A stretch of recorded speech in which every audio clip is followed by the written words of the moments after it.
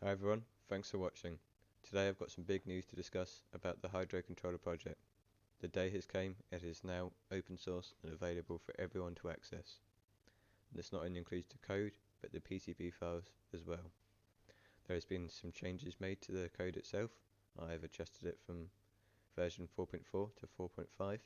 This is because I have adjusted the way that the remote web page works and the interaction between the Mega and the ESP8266.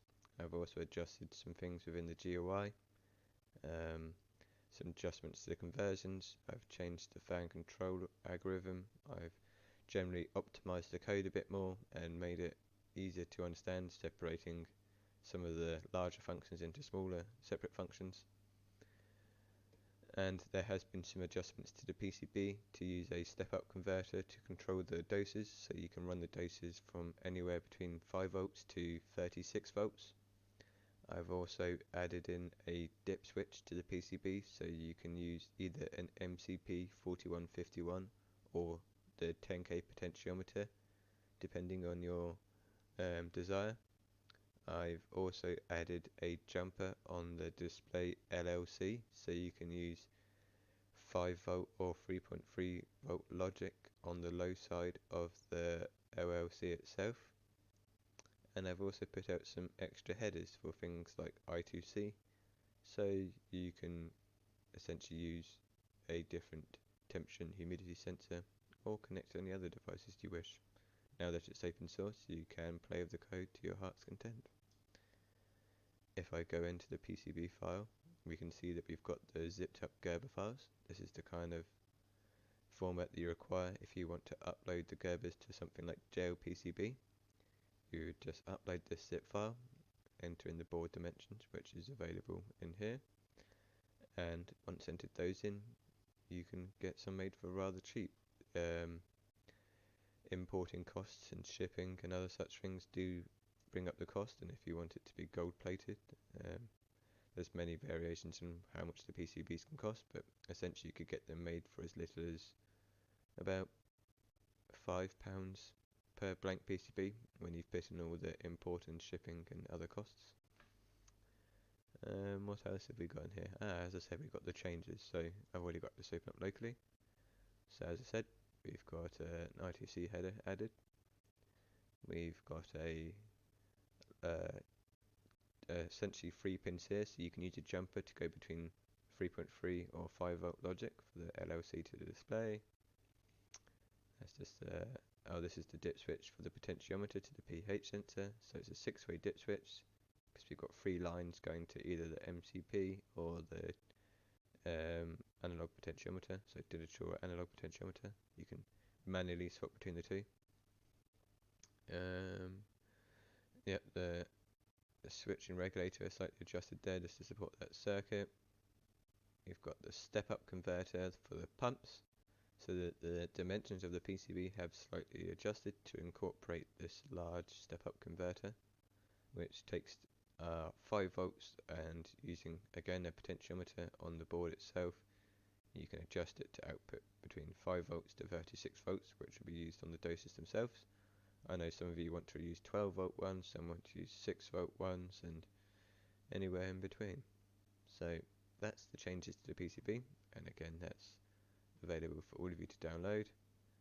We've also got some general PDF files there that just essentially show a view of the top and the bottom, not in great detail unless you want to look at the actual schematics, but you can use Gerber V that I've attached here to actually view the Gerber files, and you can view all the different layers. And for those who haven't used Gerber files before, that's a good program to use.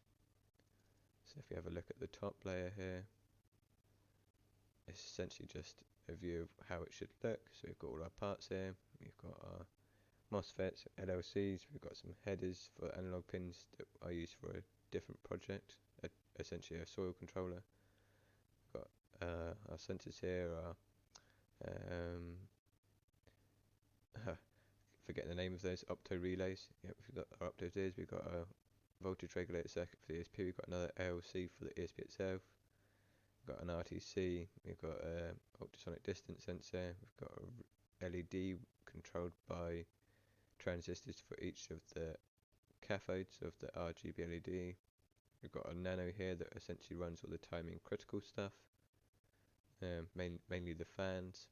We've got our Mega Pro here, our power circuit, and some general headers out here for things like the relays and other sensors. The bottom view is nothing interesting to go on there really. It's just a look at the bottom of the PCB, which essentially, I double clicked on it. Damn, bloody related it to CCleaner when I did an update. Just not that format. Yeah, so that's the bottom view there. Nothing to really see going on there. Really don't need to see this, but for all of you that are interested, I'll just open them each one up quickly. That's the last file. Yeah, so this is the main wiring diagram. So this is of more use to those that want to wire one themselves, or just want to know how things are working. We have all the connections for the board here in a nice professional layout. So that's the PCB files. Go back into the web page here. Lose my mind. Oh, I closed the wrong one down. Isn't this going well? Let's just go on to my project again then. So that was the PCB files. Within the code itself, we have the latest ESP8266 code. We have the supporting libraries required to actually compile the code themselves. We have the new HydroController code, and we have the nano code.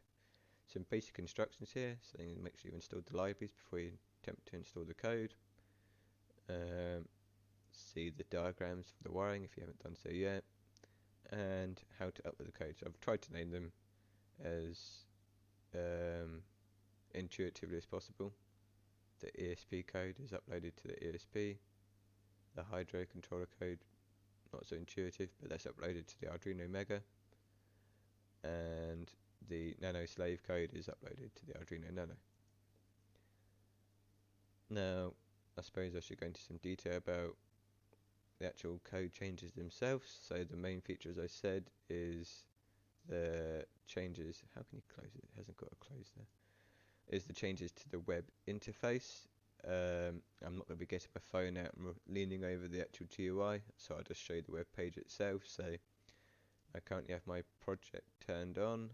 If I open up the serial monitor, I haven't saved all my values, so that's going to reset all my graphs, unfortunately. But here we can just see it loading up, checking that the software versions are correct, so it can load the EEPROM, loading up the system variables, loading up user profile 0. The light's constant on, so I've just seen the relay click on a second ago. And I've still got some output from my previous testing, but I've left it in place, and it's essentially just showing us what's going on with the AC fans here. We can see that the humidity is out by 65%, and that's a positive 65%, otherwise it would have said minus. So at the moment it is speeding up the fans from their initial minimum speed. That's what we're seeing going on there, but that's not really what we're interested in. I'm more interested in me leaning over quickly, going over to my controller, just going to go into the system settings and enable the Wi-Fi. There we go.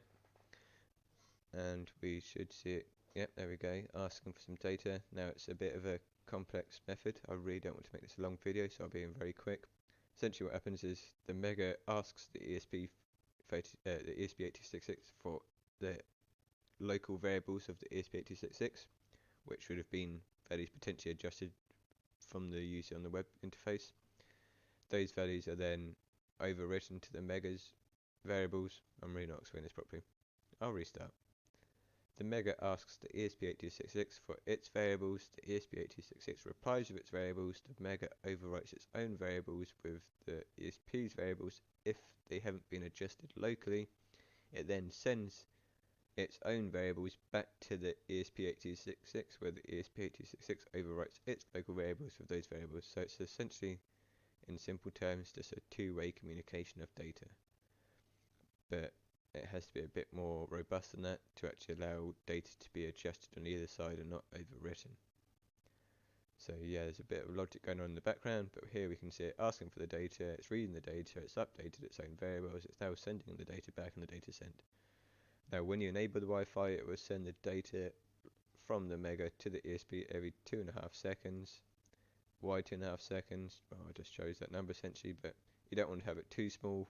It can't be adjusted. This is a static send time because it does take about 340 on average, 340 milliseconds to send all the data.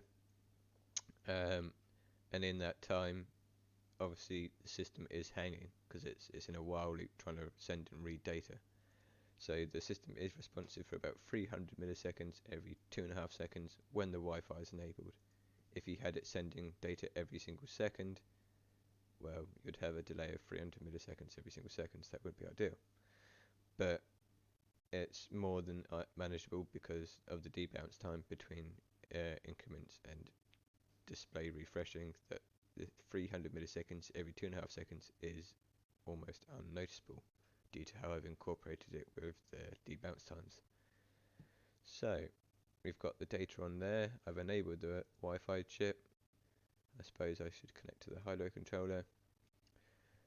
I've already entered in my password in the past, so I don't need to worry about that. You can go into the code at the very top. You can change the username, you can change the SSID rather, and the password to the hotspot, and you can make it a hidden network if you wanted to. So we've enabled the web page. Let's open it up. Make sure it actually works properly. So as we can see, the device is connected. That will say device disconnected if it hasn't received any data for a few seconds. So essentially it's a 500 millisecond window that if it doesn't receive any data, then it's going to go into device disconnected mode. Here we can see that it's essentially a representation of the HydroController TFT display itself, the web interface that is. We've got a standard home page where you can view all the data in the graphs. We've got another page. Again, it's the same layout as the TFT display. The only difference is the settings. The settings page has a limited number of settings. I don't expect a user to try and calibrate a sensor remotely. It's impossible, obviously. As well as other things like enabling or disabling the Wi-Fi. If you did that on this end, you wouldn't be able to connect to it again unless you went back to the device. So I've excluded settings that I didn't see appropriate for remote adjustments. Even the number of doses is a dubious thing to have in the settings, because I can't see how someone could physically change the number of doses remotely and connect it to the device, but I've left it in there for now. We've got the dosing interval, number of doses, conversion modes, and to disable warnings. They drive me nuts, so I have them disabled all the time. We've got your EC page that when you change it to TDS mode, it would change to parts per million. I couldn't fit in ppm, it didn't line up properly, so I just put pm. Probably not the most intuitive thing, but whatever.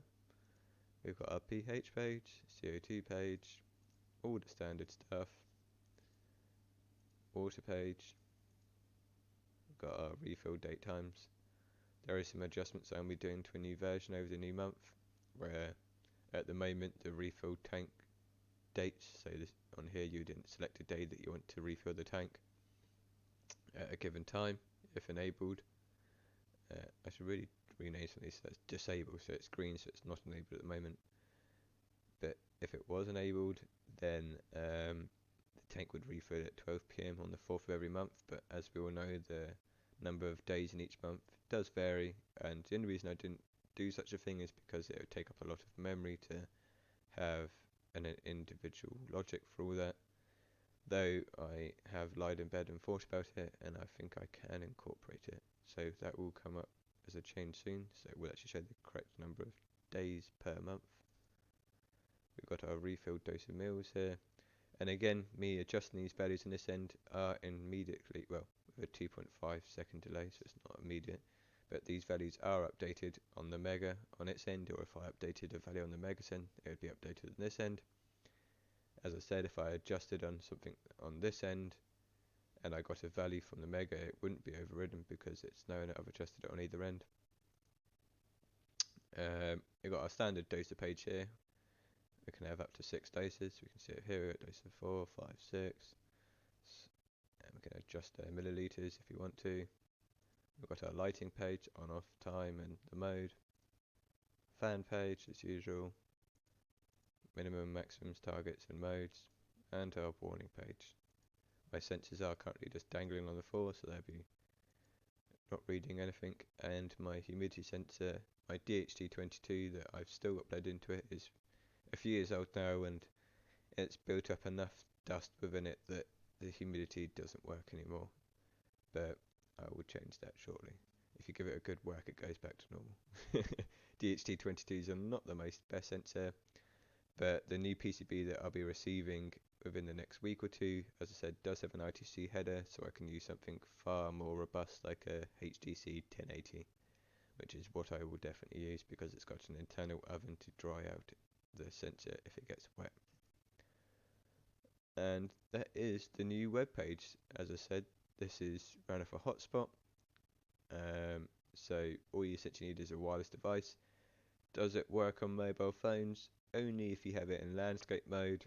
I am certainly not a professional web developer. I'm a native programmer by trade, so if you think you can do better with the HTML web page and make it more responsive for various devices and resolutions and this, that and the other, please do improve it and I will merge it back into the main branch. That's the whole point of this going open source, is to hope that people can contribute in improving it in some way or another.